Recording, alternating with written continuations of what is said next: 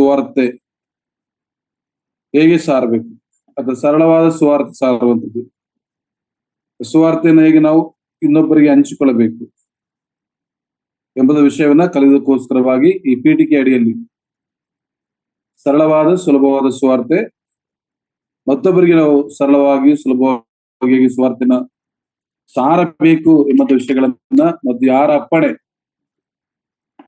ಕರ್ತನಾದ ಯೇಸು ಕ್ರಿಸ್ತನ ಮಹಾ ಆಜ್ಞೆ ಮತ್ತಾಯ ಸುವಾರ್ತೆ 28ನೇ ಅಧ್ಯಾಯದಲ್ಲಿ ನಾವು ಆಧಾರ ಮಾಡಿಕೊಂಡು, ಮತ್ತು ಕರ್ತನಾದ ಯೇಸು ಕ್ರಿಸ್ತನ ಕೊಟ್ಟಂತ ಅಪ್ಪಣೆ ಶಿಷ್ಯರನ್ನು ಮಾಡಿರಿ, ದೀಕ್ಷಾನ ಮಾಡಿಸ್ರಿ, ಉಪದೇಶಿಸ್ರಿ ಮತ್ತು ವಿಷಯಗಳನ್ನು ನಾವು ಕಲಿಯುತ್ತಾ ಬಂದಿದ್ದೇವೆ ಪ್ರೇರೆ. ಸುವಾರ್ತೆ ಸಾರುವಂಥದ್ದು ಪ್ರತಿಯೊಬ್ಬರ ಆದ್ಯ ಕರ್ತವ್ಯ.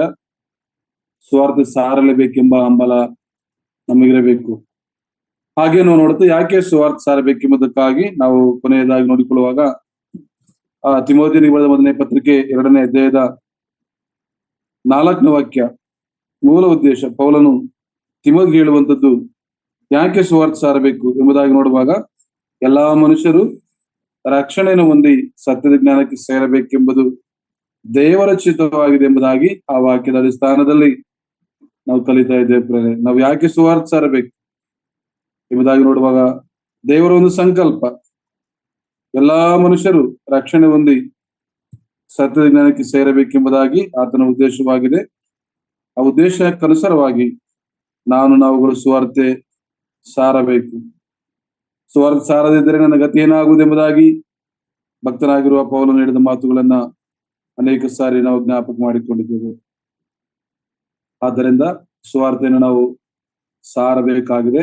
ಇದು ದೇವರು ಕೊಟ್ಟಂತ ನಿಯಮ ಮತ್ತು ಅಪ್ಪಣೆ ಆಗಿರುತ್ತದೆ. ಹಾಗಾದ್ರೆ ಈ ರಾತ್ರಿ ನಾವು ಕಲಿಯುವಂಥದ್ದು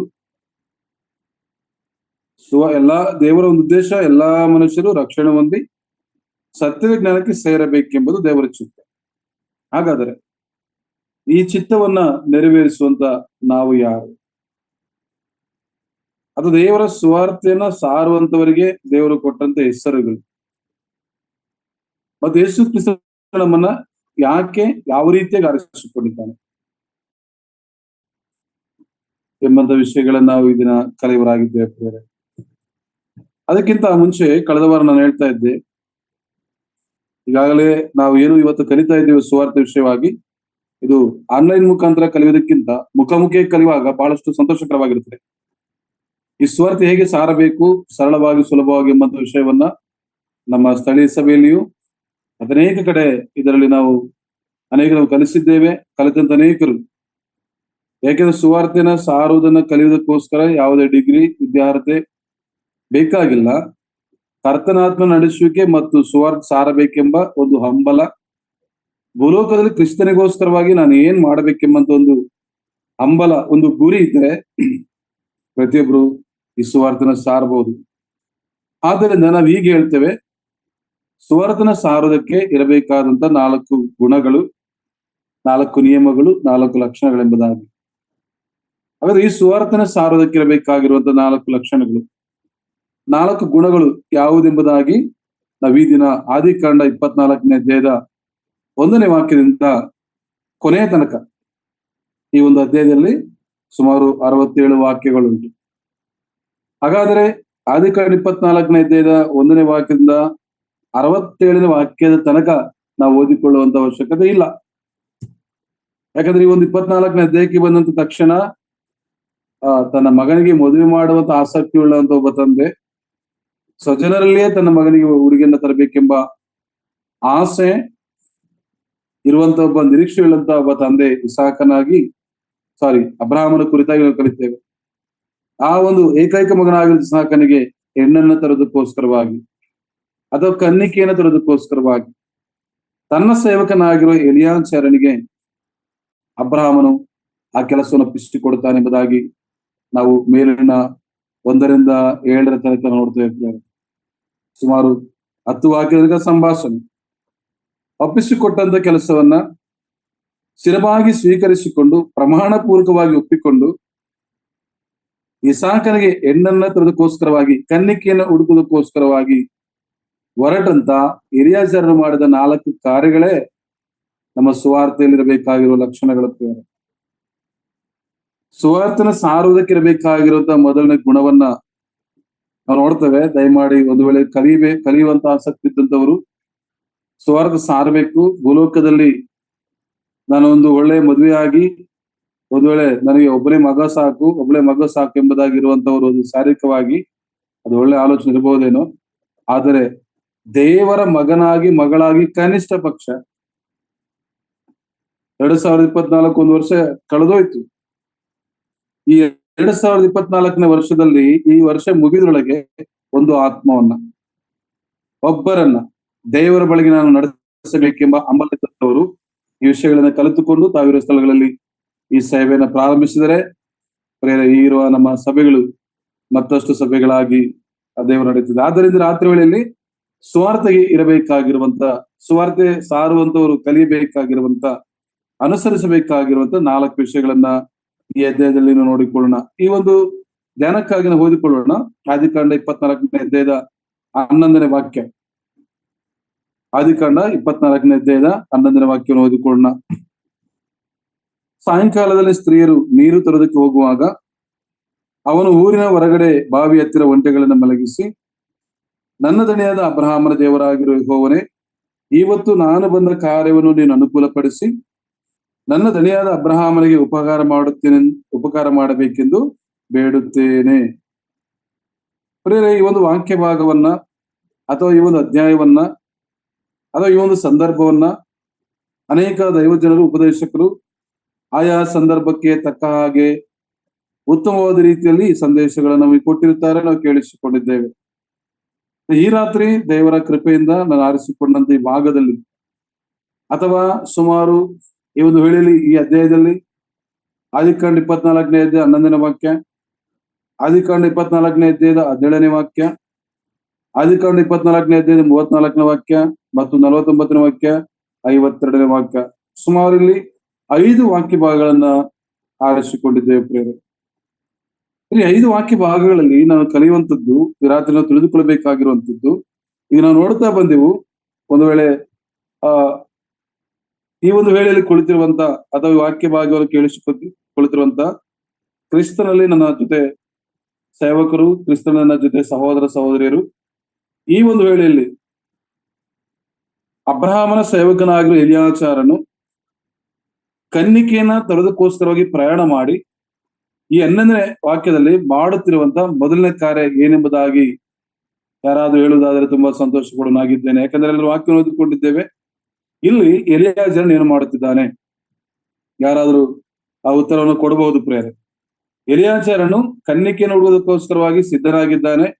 ಆ ಪ್ರಯಾಣಕ್ಕೆ ಬೇಕಾದ ತೆಗೆದುಕೊಂಡು ಹೋಗಿದ್ದಾನೆ. ಇಲ್ಲಿ ನೋಡುವಾಗ ಈ ಸ್ಥಳದಲ್ಲಿ ಎಲಿಯಾಜರನು ಮಾಡುತ್ತಿರುವಂತ ಮೊದಲನೇ ಕೆಲಸ ಯಾವುದಾಗಿದೆ?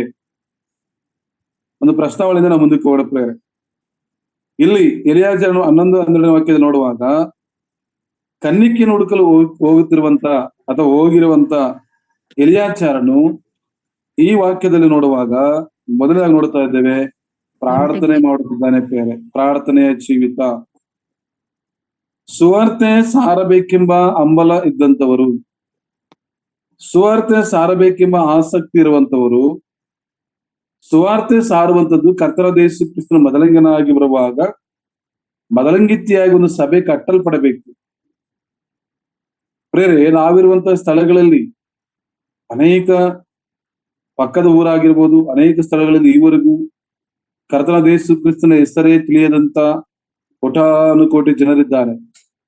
ಆಗ ನಾವಿರುವಂತ ಒಂದು ಗಲ್ಲಿಯಲ್ಲಿ ಅಥವಾ ನಮ್ಮ ಊರಿನಲ್ಲಿ ಅಥವಾ ನಮ್ಮ ಪಕ್ಕದ ಊರಿನಲ್ಲಿ ಈ ಸತ್ಯವನ್ನು ಅರಿಯದ ಜನರಿಗೆ ಸುವಾರ್ತೆಯನ್ನು ಸಾರಬೇಕು. ಮತ್ತು ನಾವುಗಳು ಹುಟ್ಟಿರುವಂತ, ನಮಗೆ ಜನ್ಮ ಕೊಟ್ಟಂತ ತಂದೆ ತಾಯಿಗಳಾಗಿರಬಹುದು, ಒಡ ಹುಟ್ಟಿದವರಾಗಿರಬಹುದು, ಅನೇಕ ಬಂಧುಗಳು ಕತ್ತಲೆಯಲ್ಲಿದ್ದಾರೆ. ಅವರಿಗೆ ಸುವಾರ್ತೆ ಸಾರಬೇಕೆಂಬ ದಾಹವುಳ್ಳವರಾಗಿರುವಾಗ ನಾವು ಪ್ರಾರ್ಥನೆ ಬರುವ ದಿನಗಳಲ್ಲಿ ಕರ್ತನಿಚಿತವಾದ ನಾವು ಯಾರಿಗೆ ಪ್ರಾರ್ಥನೆ ಮಾಡಬೇಕೆಂಬುದನ್ನು ಕಲಿಸಿಕೊಡುತ್ತೇವೆ. ಈ ದಿನ ಸುವಾರ್ತೆ ಸಾರುವವರಿಗೆ ಇರಬೇಕಾಗಿರುವಂತ 4 ಗುಣಗಳು.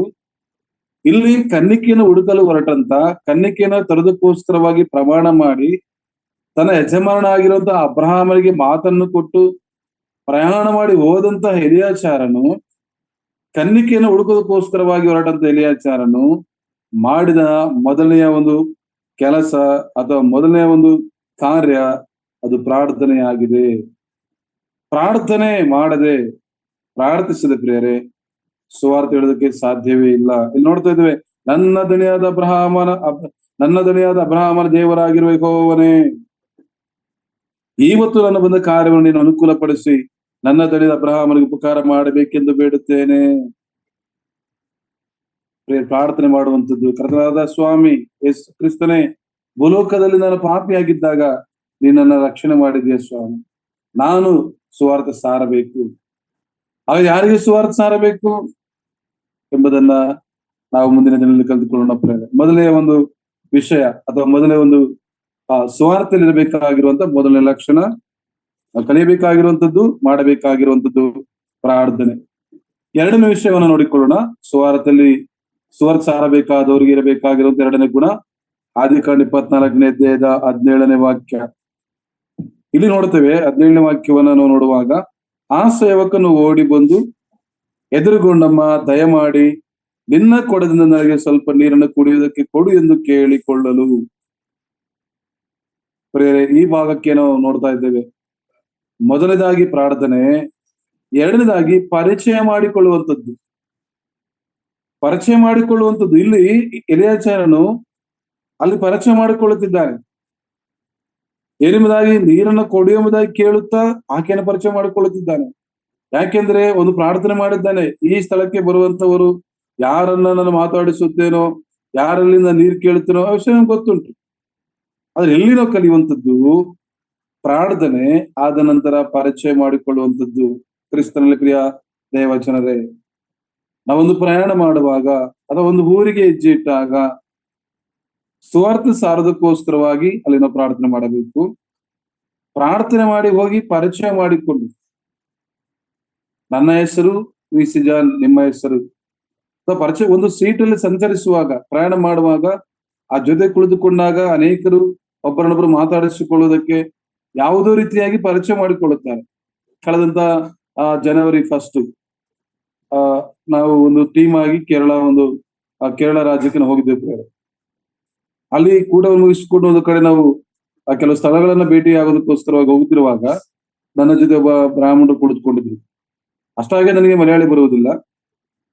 ಆದ್ರೆ ಹೇಗಾದ್ರೂ ಅವ್ರಿಗೊಂದು ಸ್ವಾರ್ಥ ಸಾರಬೇಕು ಎಂಬ ಪರಿಚಯ ಮಾಡಿಕೊಂಡು ತುಂಬಾ ಪ್ರೀತಿಯಾಗಿ ಮಾತಾಡಿಸಿದ್ರು. ನನ್ನ ಹೆಸರು, ನಾವ್ ಈ ರೀತಿಯಾಗಿ ಇಲ್ಲಿ ಬಂದಿದ್ದೇವೆ ಎಂಬುದಾಗಿ ಹೇಳುತ್ತಾ ನಾನು ಸ್ವಲ್ಪ ನನಗೆ ಬರುವಂತ ರೀತಿ ಭಾಷೆ ಶೈಲಿಯಲ್ಲಿ ಆ ಕರ್ತನ ದೇಶ ಕುರಿತು ತಿಳಿಸಿದೆ ಪ್ರೇರೆ. ಆದ್ರೆ ಪಕ್ಕದಲ್ಲಿ ಕುಳಿತುಕೊಂಡಾಗ ಸ್ವಲ್ಪ ಪ್ರಾರ್ಥನೆ, ಕರ್ತನ ಇವರಿಗೆ ಏನಾದ್ರೂ ಆಗಿ, ಯಾಕಂದ್ರೆ ಅವರ ಒಂದು ಭಾವನೆಗಳನ್ನ ನೋಡುವಾಗ, ಜೊತೆಲಿ ಕುಳಿತುಕೊಂಡಾಗ ಅವ್ರು ನಮ್ಮನ್ನ ಮಾತಾಡಿಸುವಂತ ಹಂಬಲದಲ್ಲಿದ್ರು. ಪ್ರೇರೆ, ಪ್ರಾರ್ಥನೆ ಮಾಡಬೇಕು. ಪ್ರಾರ್ಥನೆ ಮಾಡಿದ ನಂತರ ಪರಿಚಯ ಮಾಡಿಕೊಳ್ಳಬೇಕು. ನಾವು ಯಾರಿಗೆ ಸುವಾರ್ತೆ ಹೇಳುತ್ತೇವೋ, ದೇವರ ಬಗ್ಗೆ ನಾವು ಯಾರಿಗೆ, ಏಕೆಂದ್ರೆ ನೋಡ್ತಾ ಇದ್ದೇವೆ, ಎಲಿಯಾಚಾರನು ಇಲ್ಲಿ ತರ ಯಜಮಾನ ಆಗಿರುವಂತ ಅಬ್ರಹಾಮನ ಮಗನಾಗಿರುವಂತ ಇಸಾಕನ ಕುರಿತು ತಿಳಿಸಿ, ಅವರನಾಗಿರುವಂತ ಮದುವೆಯಾಗೋದಕ್ಕೆ ಸಿದ್ಧನಾಗಿರುವಂತ ಇಸಾಕನಿಗೆ ಕನ್ನಿಕೆಯನ್ನ ತರೋದಕ್ಕೋಸ್ಕರವಾಗಿ ಬಂದಿರುವಾಗ, ಆ ಕನ್ನಿಕೆಯನ್ನು ಹುಡುಕುವುದಕ್ಕೋಸ್ಕರವಾಗಿ ಬಂದಿರುವಾಗ, ಆ ಕನ್ನಿಕೆಯನ್ನು ನೋಡುವಾಗ ಪ್ರಿಯರೇ ಪ್ರಾರ್ಥನೆ ಮಾಡಿದ್ದು. ಎರಡನೇದಾಗಿ ನೋಡ್ತಾ ಇದ್ದೇವೆ, ಪರಿಚಯ ಮಾಡಿಕೊಳ್ಳುತ್ತಿದ್ದ. ಸುವಾರ್ತೆ ಸಾರಬೇಕಾದವರಿಗೆ ಇರಬೇಕಾಗಿರುವಂತ ಎರಡನೇ ಗುಣಲಕ್ಷಣ, ಪ್ರಾರ್ಥನೆ ಮಾಡಬೇಕು. ಪ್ರಾರ್ಥನೆ ಮಾಡಿ ನಾವು ಸುವಾರ್ತೆ ಸಾರುವಂತವರಿಗೆ ನಾವು ಪರಿಚಯ ಮಾಡಿಕೊಳ್ಳಬೇಕು. ಒಂದು ಪರಿಚಯಸ್ಥರಾದರೆ, ಇಲ್ಲಿ ನೋಡ್ತೇವೆ, ಪರಿಚಯಸ್ಥರಾದರೆ ಅಲ್ಲಿ ನೋಡುವಾಗ ಆ ಸ್ಥಳದಲ್ಲಿ ನಾವು ಅವರಿಗೋಸ್ಕರ ಪ್ರಸ್ತಾಪನೆ ಮಾಡಬೇಕೆಂಬುದಾಗಿ ನೋಡ್ತೇವೆ. ಇನ್ನೊಂದು ವಿಷಯ ನೋಡಿಕೊಳ್ಳುವ, 24ನೇ ಅಧ್ಯಾಯದ 34ನೇ ವಾಕ್ಯ. ಆದಿಕಾಂಡದಲ್ಲಿ ಈ ವಿಷಯಗಳನ್ನು ಕಲಿತು ನಾವು ಮುಂದೆ ಈ ರಾತ್ರಿ ಯೇಸು ಕ್ರಿಸ್ತನ ಈ ಸೇವೆ ಮಾಡುವಂತ ನಾವು ಯಾರಾಗಿದ್ದೇವೆ ಎಂಬುದನ್ನು ಸಹ ನಾವು ಕಲಿತುಕೊಳ್ಳೋಣ. ನಾವು ನೋಡೋಣ ಪ್ರೇರೆ, 24ನೇ ಅಧ್ಯಾಯದ 34ನೇ ವಾಕ್ಯದಲ್ಲಿ ಆ 3ನೇ ವಿಷಯವನ್ನು ಕಲಿತುಕೊಳ್ಳೋಣ. ಅವನು ಹೇಳಿದ್ದೇನೆಂದರೆ, ನಾನು ಅಬ್ರಹಾಮನ ಸೇವಕನು, ಯೆಹೋವನು ನನ್ನ ದಣಿಯನ್ನು ಬಹಳವಾಗಿ ಅಭಿವೃದ್ಧಿಪಡಿಸಿ. ಇಲ್ಲಿ ನೋಡುವಾಗ ಪ್ರಸ್ತಾಪನೆ ಮಾಡುತ್ತಿದ್ದಾನೆ. ಯಾವುದರ ಕುರಿತಾಗಿ ಅಂದ್ರೆ ಪ್ರಕಟಿಸುತ್ತಿದ್ದಾನೆ. ಯಾರನ್ನ ಕುರಿತು, ಯಾರಿಗೆ ಹೆಣ್ಣನ್ನ ಹುಡುಕೋದಕ್ಕೋಸ್ಕರ ಹೋಗಿದ್ದಾನೋ ಅವರನ್ನ ಕುರಿತು, ಅವರ ಜೀವನ ಶೈಲಿಯನ್ನು ಕುರಿತು, ಅವರು ಯಾರಾಗಿದ್ದಾರೆ, ಅವರು ಏನು ಮಾಡುತ್ತಾರೆ ಎಂಬುದಾಗಿ ತಿಳಿಸುವಂಥದ್ದು ಪ್ರಸ್ತಾಪನೆ. ಅಂದ್ರೆ ಸಂಭಾಷಣೆ. ಹಾಗಾದ್ರೆ ಇಲ್ಲಿ ನಾವು ಗಮನಿಸುವಾಗ ಪ್ರಾರ್ಥನೆ ಮಾಡಿದ ಎಲಿಯಾಚಾರನು ರೆಬಕ್ಕಳನ್ನ ಪರಿಚಯ ಮಾಡಿಕೊಂಡಿದ್ದಾನೆ. ಆಕೆಯ ಸಂಗಡ ಆಕೆಯೊಟ್ಟಿಗೆ ಮಾತಾಡುತ್ತಾ ಆಕೆ ಯಾರು ತಿಳಿದುಕೊಂಡು, ಯಾಕಂದ್ರೆ ಈಕೆಯೇ ನನ್ನ ಯಜಮಾನನು ಆಸೆ ಪಟ್ಟಂತ ಅಥವಾ ಸ್ವಜನಂಬುದಾಗಿ ಹೇಳಿದಂತ ಪ್ರೇರೆ ಅಕ್ಕಿಮದಾಗ ನೋಡ್ತೇವೆ ನಾವು. ನೋಡುವಾಗ ಯೋಹಾನ ಸುವಾರ್ತೆ ಮೊದಲನೇ ಅಧ್ಯಾಯದಲ್ಲಿ ಕರ್ತನಾದ ಯೇಸು ಕ್ರಿಸ್ತನು ಹೋಗುವಾಗ ಫಿಲಿಪ್ಪನನ್ನ ಕಂಡುಕೊಂಡು ನಾವು ಅನೇಕ ಸಾರಿ ವಾಕ್ಯವನ್ನು ಗಮನಿಸ್ತೇವೆ. ಆ ಒಂದು ಮರದ ಕೆಳಗಡೆ ಇರುವಾಗ ನೀನ್ ಯಾವಾಗ ನನ್ನನ್ನು ನೋಡಿದೆಂಬುದಾಗಿ ಹೇಳುವಾಗ ಆ ಗಿಡದ ಕೆಳಗೆ ಅಥವಾ ಮರದ ಕೆಳಗೆ ಕುಳಿದುಕೊಳ್ಳೋದಕ್ಕಿಂತ ಮುಂಚೆ ನಾನು ನೋಡಿದೆಂಬುದಾಗಿ ಹೇಳುವುದನ್ನು ಗಮನಿಸ್ತೇವೆ ಪ್ರೇರೆ. ನತನೇಲನನ್ನ ಎಂಬುದಾಗಿ ನೋಡ್ತೇವೆ ಪ್ರೇರೆ. ನತನೇಲನ್ನು ನನ್ನನ್ನು ನೀನು ಹೇಗೆ ಬಲ್ಲೆ, 46ನೇ ವಾಕ್ಯದಲ್ಲಿ. ಈಗ ಸ್ವಾಮಿ ಹೇಳ್ತಾನೆ, ಫಿಲಿಪ್ಪನು ನಿನ್ನನ್ನು ಕರೆಯೋದಕ್ಕಿಂತ ಮುಂಚೆ. ಹಾಗಾದ್ರೆ ಕರ್ತನಾದ ಯೇಸು ಕ್ರಿಸ್ತನ ಸುವಾರ್ತೆಯನ್ನು ನಾವು ಸಾರುವಾಗ, ದೇವರ ಕುರಿತು ನಾವು ಹೇಳುವಾಗ ಯಾರು ಕೇಳಿಸಿಕೊಳ್ಳುತ್ತಾರೋ, ಆ ಕೇಳಿಸಿಕೊಳ್ಳಕ್ಕೆ ಮನಸ್ಸನ್ನು ಕೊಡುತ್ತಾರೋ ಅವರನ್ನು ಕರ್ತನಾದ ಯೇಸು ಕ್ರಿಸ್ತನ ಮೊದಲೇ ತಿಳಿದುಕೊಂಡಿರ್ತಾನೆ. ಆದ್ರೆ ಆ ಒಂದು ಕುರಿತು ಹೇಳುವಂಥದ್ದು ನಮ್ಮ ಕರ್ತವ್ಯವಾಗಿದೆ.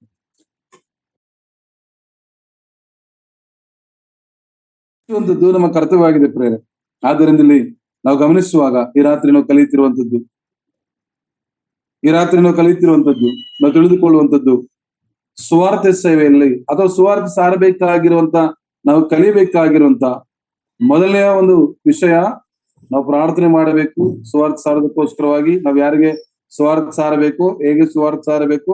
ನಾವು ಸುವಾರ್ತೆ ಸಾರುವಾಗ ಆ ಪರಲೋಕದ ಒಡೆಯನಾಗಿರುವ ದೇವರಿಗೆ ಒಂದು ಕನ್ನಿಕೆಯಾಗಿ ಒಂದು ಸಭೆ ಕಟ್ಟಲ್ಪಡುವಂತವರು ಯಾರಾಗಿದ್ದಾರೆ ಎಂಬುದಾಗಿ ನಾವು ಪ್ರಾರ್ಥನೆ ಮಾಡಿ ನಾವು ಹೋಗುವಾಗ ಪರಿಚಯ ಮಾಡಿಕೊಂಡು, ಮತ್ತು ಯಾರ ಕುರಿತು ನಾವು ಹೇಳುವುದಕ್ಕೋಸ್ಕರವಾಗಿ ಪ್ರಾರ್ಥನೆ ಮಾಡಿದ್ದೇವೆಯೋ, ಯಾವ ಉದ್ದೇಶಕ್ಕಾಗಿ ನಾವು ಕರೆಯಲ್ಪಟ್ಟಿದ್ದೇವೆಯೋ, ಯಾವುದನ್ನು ಹೇಳಬೇಕೆಂಬ ಹಂಬಲ ನಮ್ಮಲ್ಲಿದೆಯೋ ಆ ಮದಲಿಂಗನ ಆಗಿರುವಂತ ಆ ಕನ್ನಿಕೆಯನ್ನ ವಿವಾಹವಾಗುವಂತ ಇಸಾಕನು ಯಾರು?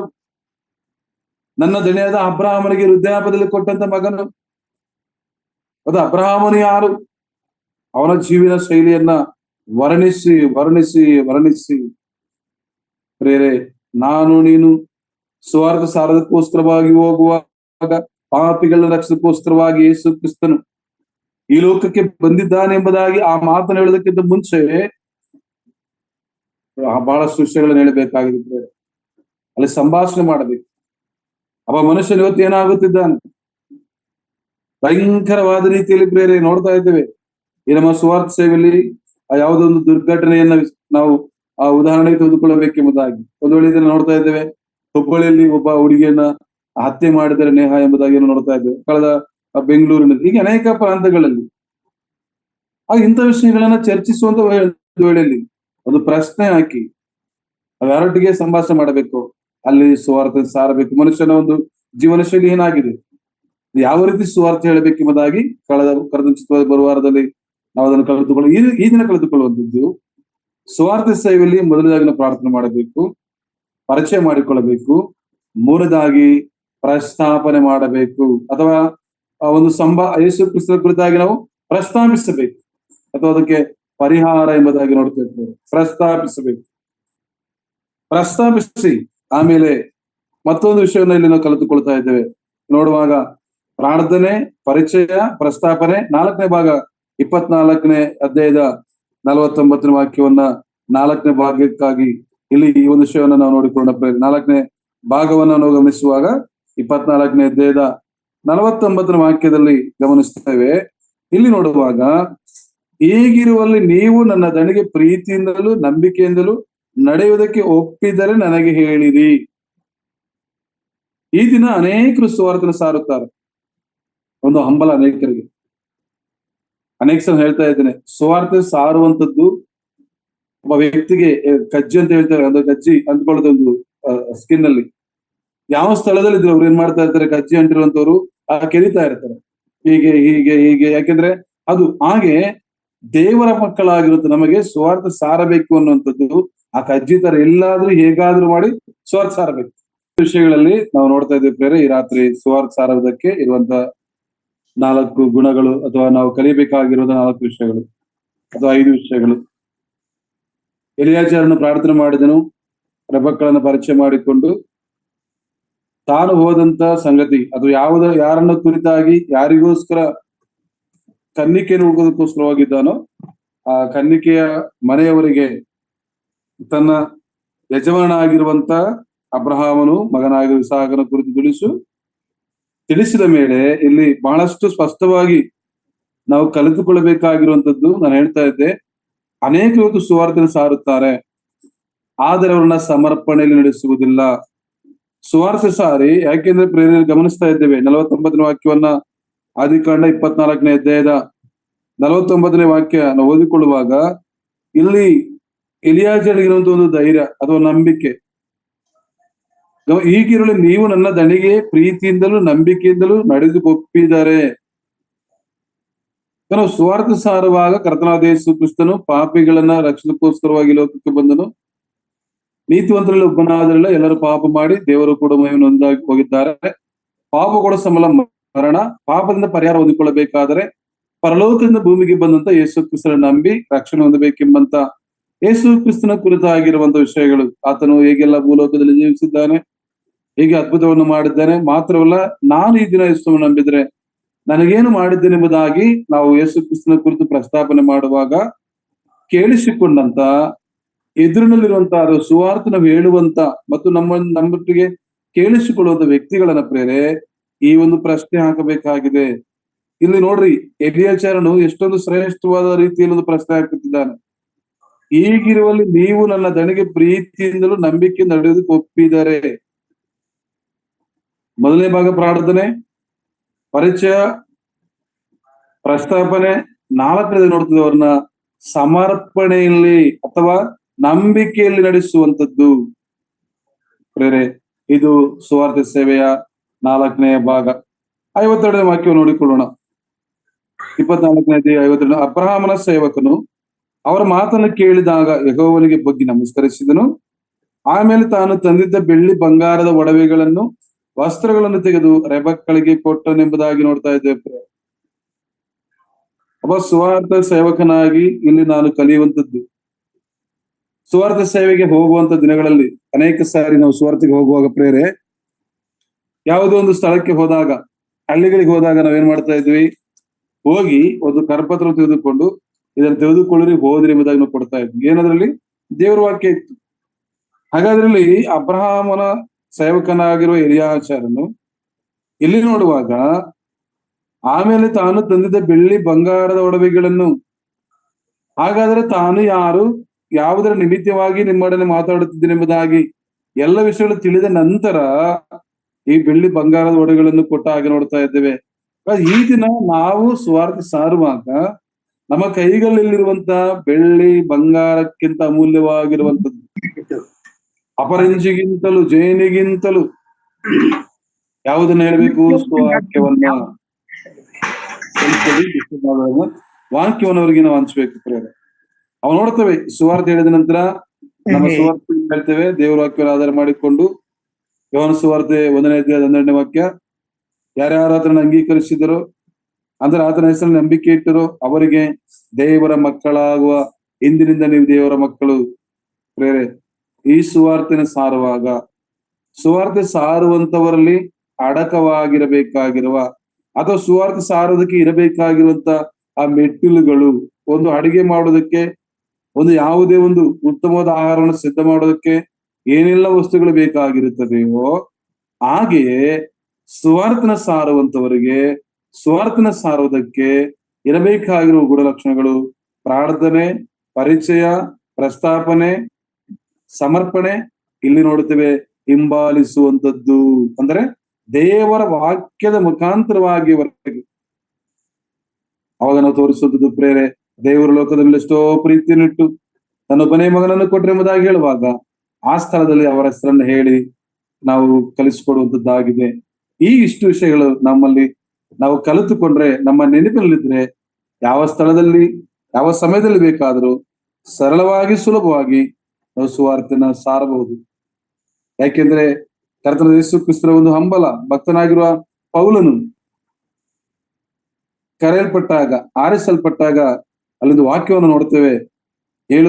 ನಾವು ಕಲಿತುಕೊಳ್ಳುವಂತ ಒಂದು ವಾಕ್ಯದಲ್ಲಿ ನಾವು ನೋಡುವಾಗ ಅಲ್ಲಿ ನೋಡ್ತೇವೆ ಯೇಸು ಕ್ರಿಸ್ತನು ಆ ಒಂದು ವಿಷಯವನ್ನ ಅನನೀಯ ಜೊತೆಯಲ್ಲಿ ಮಾತನಾಡುವಾಗ ಅನನೀಯನಿಗೆ ಕ್ರಿಸ್ತ ಹೇಳುವಂತ ಒಂದು ಮಾತು, ಕರ್ತನವನಿಗೆ ನೀನು ಹೋಗು, ಆ ಮನುಷ್ಯನು ನನ್ನ ಜನರಿಗೂ ನರಸುಗಳಿಗೂ ಇಸ್ರೇಲರಿಗೂ ನನ್ನ ಹೆಸರನ್ನು ತಿಳಿಸುವುದಕ್ಕಾಗಿ ನಾನು ಆರಿಸಿಕೊಂಡ ಸಾಧನವಾಗಿದ್ದಾನೆ. ಪ್ರೇರೆ, ಸುವಾರ್ತೆ ಸಾರಬೇಕೆಂಬ ದಾಹ ನಿನ್ನಲ್ಲಿದ್ದರೆ ನನ್ನ ಕರ್ತನಾದ ಯೇಸು ಕ್ರಿಸ್ತನ ಕುರಿತು ಕಳೆದ ನಿನ್ನೆ ದಿನ ನಮ್ಮ ನಮ್ಗೆ ಹತ್ತಿರವಾಗಿರುವಂತ ಒಂದು ಹಳ್ಳಿಯಲ್ಲಿ ಒಂದು ಕುಟುಂಬದಲ್ಲಿ ನಾನು ಪ್ರಾರ್ಥನೆ ಮಾಡಲು ಹೋದಾಗ ಅಲ್ಲಿ ಅನೇಕರಾಗಿருந்து ಒಬ್ಬ ಸಹೋದರಿ ಮನೆಯನ್ನು ಕರೆದಾಗ ಪ್ರಾರ್ಥನೆ ಮಾಡೋದಕ್ಕೋಸ್ಕರ ಕರೆದ್ರು. ಅಲ್ಲಿ ಹೋಗಿ ಪ್ರಾರ್ಥನೆ ಮಾಡೋದು ಕುಳಿತುಕೊಂಡಾಗ ಸುಮಾರು ಒಂದು 15 ಜನ ಅಲ್ಲಿ ಬಂದಂತ ನೋಡ್ತಾ ಇರ್ತಾರೆ. ಅವರ ಸಂಗಡ ಮಾತಾಡುವಾಗ ಅವ್ರು ಹೇಳ್ತಾ ಇದ್ರು, ಈ ಕಡೆ ನಮ್ಮ ಕಡೆ ಫಾಸ್ಟ್ ಅಂತ ಕರೀತಾರೆ, ಫಾಸ್ಟ್ ಈ ಸಹೋದರ ನಮ್ಮನ್ನ ಕರೆದ್ರು, ನಾವೆಲ್ಲ ಬಂದ್ವಿ. ಆದ್ರೆ ನಮ್ಗೆ ಅವ್ರು ಕರೆದಿದ್ದಾಗ ಅವ್ರು ಕರೆದ ಉದ್ದೇಶ ಬೇರೆ ಇತ್ತು. ಅದು ನೀವು ನಮಗೆ ಉತ್ತಮವಾದ ರೀತಿಯಿಂದ ವಾಕ್ಯವನ್ನು ಹಂಚಿದ್ದೀರಿ, ತುಂಬಾ ಸಂತೋಷವಾಯ್ತು, ನಾವು ಅಂಗೀಕಾರ ಮಾಡ್ಕೊಳ್ತೇವೆ ಸ್ವಾಮಿನ. ನಿನ್ನೆ ದಿನ ಸುಮಾರು 5 ಜನ ಸುವಾರ್ತೆಯನ್ನು ಕೇಳಿಸಿಕೊಂಡ್ರು. ಈ ಒಂದು ಇದೇ ಶೈಲಿಯಲ್ಲಿ, ಯಾಕಂದ್ರೆ ಅವರು ಕರೆದಾಗ ಆ ಊರಿನಲ್ಲಿ ಅವ್ರು ಕಂಡಾಗ ನಮಸ್ಕಾರ ಹೇಳಿದ್ರು, ನಮಸ್ತೆ ಸಿಸ್ಟರ್, ಚೆನ್ನಾಗಿದ್ದೀರಾ, ಭಾಷೆ ಒಂದು ನೀವು ನಮ್ಮ ಮನೆ ಹತ್ರ ಬನ್ನಿ, ಆಯ್ತು ಬರ್ತೀನಿ ನಡೀರಿ ಅಂತ ಹೇಳಿದಾಗ, ದೇವರು ಈ ದಿನ ನಾನು ಈ ಸ್ಥಳದಲ್ಲಿ ಕೆಲಸವನ್ನು ಮಾಡಬೇಕು, ಒಬ್ಬರಿಗಾದ್ರೂ ಸುವಾರ್ತೆ ಸಾರಬೇಕೆಂಬುದಾಗಿ ಪ್ರಾರ್ಥನೆ ಮಾಡಿಕೊಂಡು ಅವ್ರ ಮನೆ ಹತ್ರ ಹೋದಾಗ ಬೇರೆ 5 ಜನ, ಗೌರಮ್ಮ, ಪದ್ಮಕ್ಕ, ಜ್ಯೋತಿ, ನಾಗಮ್ಮ, ಮತ್ತೊಬ್ಬ ಅಜ್ಜಿ, 5 ಜನ ಅಂಗೀಕಾರ ಮಾಡಿದ್ರು. ತುಂಬಾ ಸಂತೋಷ ಆಯ್ತು ಪ್ರೇರೆ. ಯಾಕೆಂದ್ರೆ ಸುವಾರ್ತೆ ಹೇಳಿ ಬಿಡಬಾರದು, ಅವರ ಸಮರ್ಪಣೆ ನಡೆಸಬೇಕು, ಆಮೇಲೆ ಹಿಂಬಾಲಿಸಬೇಕು. ಇದನ್ನ ಮಾಡುವಂತ ನಾವ್ಯಾರು? ಆರಿಸಿಕೊಂಡ ಸಾಧನವಾಗಿದ್ದೇವೆ. ಯಾರಾಗಿದ್ದೇವೆ ಎಂಬುದಾಗಿ ನೋಡುವಾಗ ಕರ್ತನು ಆರಿಸಿಕೊಂಡ ಸಾಧನವಾಗಿದ್ದೇವೆ. ಹಾಗಾದ್ರೆ ಸುವಾರ್ತೆ ಸಾರಬೇಕೆಂಬ ದಾಹವಿದ್ದರೆ, ಸಾರಲೇಬೇಕೆಂಬ ಹಂಬಲ ಇದ್ದು ನೀವು ಒಬ್ಬರಿಗೆ ಸುವಾರ್ತೆ ಹೇಳ್ತಾ ಇದ್ರೆ, ಈ ದಿನ ಅಥವಾ ಈ ರಾತ್ರಿ ಕಳೆದುಕೋ, ದೇವರು ನನ್ನನ್ನು ಆರಿಸಿಕೊಂಡಂತ ಸಾಧನವಾಗಿದ್ದೇನೆ. ಯಾವಾಗ ಆರಿಸಿಕೊಂಡಿದ್ದಾನೆ? ಜಗತ್ ಪುನಃ ಹಾಕೋದಕ್ಕಿಂತ ಮುಂಚೆ, ತಾಯಿ ಗರ್ಭದಲ್ಲಿ ರೂಪ ಆಗೋದಕ್ಕಿಂತ ಮುಂಚೆ. ಎಷ್ಟೊಂದು ಸಂತೋಷ. ನಾನು ನೆನೆಸ್ತೇನೆ ಅನೇಕ ಸಾರಿ ನಾವು ಯೋಗ್ಯರು ಅಂದ್ಕೊಳ್ಳೋದು, ಯೋಗ್ಯರು ಬೇರೆ, ಕರ್ತನ ದೃಷ್ಟಿ ಯೋಗ್ಯರಾಗಿದ್ದರಿಂದಲೇ ನಾವಿನ್ನು ಭೂಲೋಕದಲ್ಲಿ ಹುಟ್ಟುವುದಕ್ಕಿಂತ ಮುಂಚೆ, ಜಗತ್ಮನದ ಹಾಕುವುದಕ್ಕಿಂತ ಮುಂಚೆ ಆತನ ಆರಿಸಿಕೊಂಡಿದ್ದಾನೆ. ಎಷ್ಟೊಂದು ಶ್ರೇಷ್ಠ ಭಾಗ್ಯಕ್ಕೆ ನಾವು ಅರ್ಹರಾಗಿದ್ದೇವೆ. ಆತನ ಸೇವೆ, ಆತನ ಕುರಿತು ಯಾವ ಸ್ಥಳದಲ್ಲಾದರೂ, ನಾನು ಅನೇಕ ಸಲ ಹೇಳ್ತೇನೆ, ನಾವು ಯಾವ ಸ್ಥಳದಲ್ಲಾದ್ರೂ ನಾವು ದೇವರ ಮಕ್ಕಳು ಪರಲೋಕಕ್ಕೆ ಒಂದು ಮಾರ್ಗವನ್ನು ಕಂಡುಕೊಳ್ಳುತ್ತೇವೆ ಎಂಬುದಾಗಿ ಸರಳವಾಗಿ, ಸುಲಭವಾಗಿ, ಮತ್ತು ನಾವು ದೇವರ ಸೇವಕರೆಂಬುದಾಗಿ, ಒಂದು ವೇಳೆ ಒಂದು ಸಭೆ ಹಿರಿಯನೆಂಬುದಾಗಿ ಹೇಳಿಕೊಳ್ಳುವುದಕ್ಕೆ ಯಾವ ಸಂದೇಹವೂ ಇಲ್ಲ. ಮತ್ತೊಂದು ವಿಷಯ ಹೇಳ್ತೇನೆ, ಒಂದು ಉದ್ಯೋಗ ಮಾಡುವಂತ ಯಾವುದು ಸರ್ಕಾರದ ಕೆಲಸ ಮಾಡುವಂತವರು, ಅವರು ಉದ್ಯೋಗ ಮಾಡುವುದನ್ನು ಕುರಿತು ಸಹ ಹೇಳೋದಕ್ಕೆ ಹಿಂದಿರುತ್ತಾರೆ ಕೆಲವು ಒಂದು ವೇಳೆ. ಆದ್ರೆ ನಾವಾದರೂ ನಮ್ಮ ರಾಜನಾಗಿರುವ ಯೇಸು ಕ್ರಿಸ್ತನ ಕುರಿತಾಗಿ ಹೇಳೋದಕ್ಕೆ ಯಾವ ಹಿಂಜರಿಕಿಲ್ಲದವರು, ಯಾವ ಭಯವಿಲ್ಲದವರು, ಯಾವ ಚಿಂತೆ ಮಾಡಿದ ನಾವು ವಾಯ್ ತೆರೆದ್ರೆ ಸಾಕು. ಯೇಸು ಕ್ರಿಸ್ತನ ದೇವರು ಪಾಪಿಗಳ ರಕ್ಷಣಕ್ಕೋಸ್ಕರವಾಗಿ ಬಂದವನು, ನನ್ನಲ್ಲಿ ನಿನ್ನ ಪಾಪಕ್ಕಾಗಿ ಪ್ರಾಣವನ್ನು ಕೊಟ್ಟಿದ್ದಾನೆ. ಯಾವ ನಾಮದಲ್ಲಿಯೂ ಆಕಾಶದ ಕೆಳಗೆ ಭೂಮಿಯ ಮೇಲೆ ಮನುಷ್ಯರಲ್ಲಿ ಕೊಡಲ್ಪಟ್ಟ ಯಾವ ನಾಮದಲ್ಲಿ ಮನುಷ್ಯನ ರಕ್ಷಣೆ ಇಲ್ಲ, ಯೇಸು ಕ್ರಿಸ್ತನಲ್ಲೇ ರಕ್ಷಣೆ. ಈ ಶುಭ ಸಂದೇಶವನ್ನು ಸಾರೋದಕ್ಕೆ ಮನಸ್ಸು ಸಿದ್ಧವಾಗಿದೆಯೋ? ಈ ಶುಭ ಸಂದೇಶವನ್ನು ಸಾರುವುದಕ್ಕೆ ಅಬ್ರಹಾಮನ ಸೇವಕನಾಗಿರುವ ಎಲಿಯಾಚಾರನು ಯಾವುದೇ ಒಂದು ಮಾತನ್ನ ಹೇಳದೆ, ಯಾವುದೇ ನೆವೆಯನ್ನ ಹೇಳದೆ, ನನಗೆ ಆ ಊರು ಗೊತ್ತಿಲ್ಲ, ಆ ಸ್ಥಳ ಗೊತ್ತಿಲ್ಲ, ನನಗೆ ನಡೆಯೋದಕ್ಕಾಗಲ್ಲ, ಈ ಕಾಲದಲ್ಲಿ ನನಗೇಕೆ, ಯಾವುದನ್ನು ಹೇಳಿಲ್ಲ ಪ್ರೇರೆ. ಮಗನೇ ಹೋಗು ಎಂಬುದಾಗಿ ಹೇಳಿದಾಗ ಕರ್ತನಾದ ದೇವರು ತನ್ನ ಒಪ್ಪಿಸಿಕೊಟ್ಟನು. ಪ್ರಾರ್ಥನೆ ಮಾಡಿ ಹೋಗಿ ತನಗೆ ಒಪ್ಪಿಸಿಕೊಟ್ಟಂತ ಕೆಲಸವನ್ನ ಹುಡುಕಿ ಪ್ರೇರೆ ಆ ಕನ್ನಿಕೆಯನ್ನ 62ನೇ ವಾಕ್ಯಕ್ಕೆ ಬರುವಾಗ, ಅಧ್ಯಾಯದ ಕೊನೆಯ ಭಾಗಕ್ಕೆ ಬರುವಾಗ, ಸಂತೋಷಕರವಾಗಿ ಅಡವಿಯಲ್ಲಿ ಪ್ರಾರ್ಥನೆ ಮಾಡುತ್ತಿದ್ದಂತ, ತನ್ನ ತಾಯಿಯನ್ನ ಕಳೆದುಕೊಂಡು ದುಃಖದಲ್ಲಿದ್ದಂತ ಆ ಒಂದು ಈ ಸಾಕನ ಬಳಿಗೆ ಕನ್ನಿಕೆಯನ್ನು ಕರೆದಂತ ಎಲಿಯಾಚಾರ ಬೇರೆ.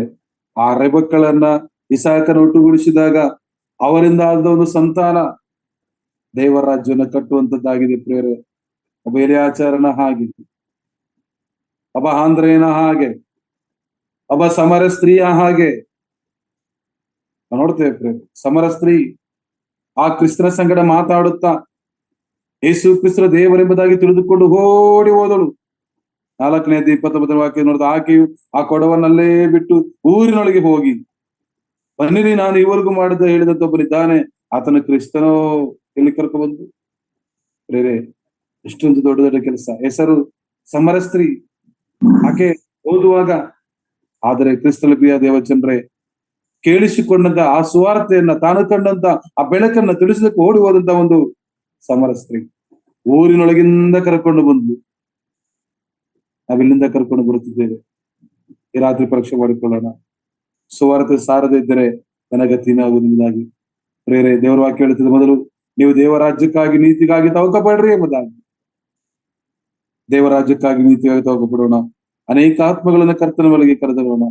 ಕರ್ತನಿಂದ ಸಿಕ್ಕುವಂತ ಆ ಶ್ರೇಷ್ಠ ಆಶೀರ್ವಾದನ ಪರಲೋಕದಲ್ಲಿ ಸಿಕ್ಕುವಂತ ಜಯಮಾಲೆಗಳನ್ನು ಪಡೆದುಕೊಂಡು ಕರ್ತನ ರಾಜ್ಯಕ್ಕೆ ಸಿದ್ಧರಾಗೋಣ. ಪ್ರೇರೆ, ನಮ್ಮ ಆಯುಷ್ಕಾಲ ನೀರಿನ ಮೇಲೆ ಗುಳ್ಳೆ. ನಾಳೆ ಏನಾಗುತ್ತೆ ಗೊತ್ತಿಲ್ಲ ಪ್ರೇರೆ. ಕಳೆದ ವಾರ ನೋಡ್ತಾ ಇದ್ವಿ, ಬಳುವಳ್ಳಿಯಲ್ಲಿದ್ದೊಬ್ಬ ಆಂಟಿಯವರು ಆ ರಸ್ತೆ ದಾಟುವಾಗ ಈ ಲೋಕವನ್ನು ಬಿಟ್ರಲು. ಪ್ರೇರೆ, ನಾವು ಎಷ್ಟು ದಿನ ಆ ತಾಯಿ ಈ ಲೋಕದಿಂದ ಮಾಡಿದ ಸೇವೆ ನನಗೆ ಇವತ್ತು ನೆನಪಿಸ್ಕೊಳ್ತಾ ಇದ್ದಾರೆ. ನಿನ್ನ ಸ್ಥಿತಿ ಏನು? ಅನೇಕ ಭಕ್ತರು ಲೋಕವನ್ನು ದಾಟಿ ಅಥವಾ ಈ ಒಂದು ಪ್ರಯಾಣವನ್ನು ದಾಟಿ ಹೋಗುತ್ತಿದ್ದಾರೆ. ನಿನ್ನ ಪ್ರಯಾಣ ನಾಳೆ ಆಗಿರಬಹುದೇನೋ. ಉಸಿರಿರುವಾಗಲೇ, ಬದುಕಿರುವಾಗಲೇ ಬದುಕನ್ನು, ಉಸಿರನ್ನು, ಪರಲೋಕದ ನಿತ್ಯ ಜೀವನ ಕೊಟ್ಟಂತ ಆ ಮಹಿಮೆ ಯೇಸು ಕ್ರಿಸ್ತನ ಕುರಿತು ತಿಳಿಸಬೇಕೆಂಬ ಹಂಬಲ ಇದೆಯೋ? ಒಂದು ವೇಳೆ ಇವರೆಗೂ ಸಾರದೇ ಇದ್ದರೆ ಇನ್ನು ಮೇಲೆ ಸುವಾರ್ತೆ ಸಾರುವಂತದ್ದು ಸಭೆಯರನ ಕೆಲಸ ಮಾತ್ರವಲ್ಲ, ಒಬ್ಬ ಸುವಾರ್ತಿಕನ ಕೆಲಸ ಮಾತ್ರವಲ್ಲ ಪ್ರಿಯರೇ. ಯೇಸು ಕ್ರಿಸ್ತನಿಂದ ಕರೆಯಲ್ಪಟ್ಟ ಪ್ರತಿಯೊಬ್ಬರು ಸುವಾರ್ತೆನ ಸಾರಲೇಬೇಕು. ಆ ಗುರಿಯುಳ್ಳವರಾಗಿ, ಹಂಬಲವುಳ್ಳವರಾಗಿ, ದಾಹವುಳ್ಳವರಾಗಿ ಸುವಾರ್ತೆನ ಸಾರೋಣ. ಅನೇಕ ಆತ್ಮಗಳನ್ನು ಕರ್ತನ ಸನ್ನಿಧಿ ತರೋಣ. ಕರ್ತನ ತಾನೇ ರಾತ್ರಿ ವೇಳೆಯಲ್ಲಿ ಈ ಚಿಕ್ಕ ಸಂದೇಶವನ್ನು ಆಸ್ವಾದಿಸಲಿ. ಸಮಯ